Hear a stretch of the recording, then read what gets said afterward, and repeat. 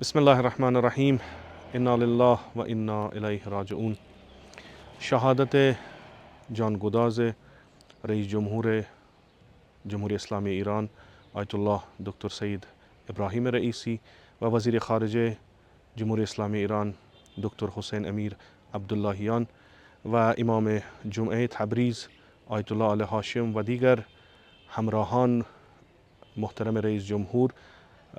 به امام زمان عجل الله تعالی فرجه الشریف که مالک این کشور عزیز هست و همچنین در خدمت رهبر انقلاب اسلامی و ولی امر المسلمین آیت الله العظما سید علی خامنه‌ای حفظه الله و ملت شهید پرور ایران رو تسلیت عرض می کنم و از طرف ملت کشمیر و از طرف خودم دعاگوییم که خداوند متعال این عزیزان را در جوار رحمت خودشون جای بدهد و محشور کند با شهدای اسلام. همچنین دعاگوییم که به ملت ایران صبر جمیل